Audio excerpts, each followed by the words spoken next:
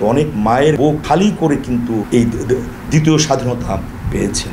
শহীদদের প্রতি আমরা গভীর শ্রদ্ধা জানাই। আমি বিভিন্ন টক শোতে তখন বলেছি, শেখ হাসিনা সরকার পারতেন না, আমি তখন বলছি মাননীয় প্রধানমন্ত্রী পারতেন শক্তি প্রয়োগ না করে ওদের দাবিগুলো মেনে নেই, কিন্তু তার কিছু উপদেষ্টা ছিল, তাকে বুদ্ধি দিয়েছে এদেরকে কিছু হবে না, আমরা হেফাজতকে ম্যানেজ করেছি আর এটাও পারবো। বল প্রয়োগ করতে যে কিন্তু তারা চলে গেল বাইরে। এবং আমি বিভিন্ন টক শোতে বলছি সরকার পরিবর্তন করতে পারবে কিনা ছাত্ররা জানি না, কারণ তারা এক দফা আন্দোলন দেয়নি।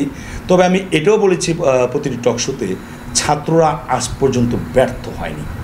তারা যে এক দফা আন্দোলনে যাবে এটা কিন্তু সরকার ভাবতে পারেনি তৎকালীন সরকার, এবং তারা এই সরকার চালাচ্ছে। তবে আবারও বলবো তাদেরকে সতর্ক হচ্ছে। ঠিক পরাজিত সৈন্যরা যেমন 71 সালে তারপর মাথাচাড়া দিয়েছে, আওয়ামী লীগের প্রেতাত্মারা কিন্তু এখন বিভিন্ন চাকরিজীবীদের পিঠে ভর করে রাস্তা বন্ধ করছে, দাবি আদায় করছে, এটা করতে হবে ওইটা করতে হবে, কিন্তু রিজার্ভে টাকা নেই। তখন কিন্তু এমন অবস্থা হবে, হতে পারে নাও হতে পারে। তাই তাদেরকে সবাইকে বলে দেওয়া উচিত এখন যে তোমরা কোনো রাস্তা বন্ধ করতে পারবে না, তোমরা 4-5 জনের সে স্মারকলিপি নিয়ে যাবে, আমি ডক্টর ইউনূস থাকবো, আমাকে কিন্তু তোমরা রাস্তা বন্ধ করতে পারবে না। তারপর কিন্তু জনগণ খেপে যাবে।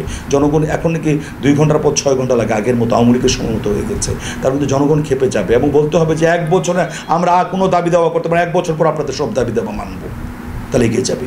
তো অনেক কষ্টে কিন্তু অনেক মায়ের বুক খালি করে কিন্তু এই দ্বিতীয় স্বাধীনতা পেয়েছেন। এই স্বাধীনতা কিন্তু ভুলণ্ঠিত করবে। 71 যেমন পরাজিত সৈনিকরা মাথাচাড়া দিয়েছিল, এই 24-এ পরাজিত সৈনিক আওয়ামী লীগে কিন্তু মাথাচাড়া দিবে, ওদের ঘাড়ে সওয়ার হয়ে কিন্তু অস্থিতিশীল করবে। তখন যদি বৈধ ইলেকশন না হয় তাহলে এমন একটা ব্যবস্থা আসবে যেটা আপনারা কেউ কথা বলতে পারবেন না।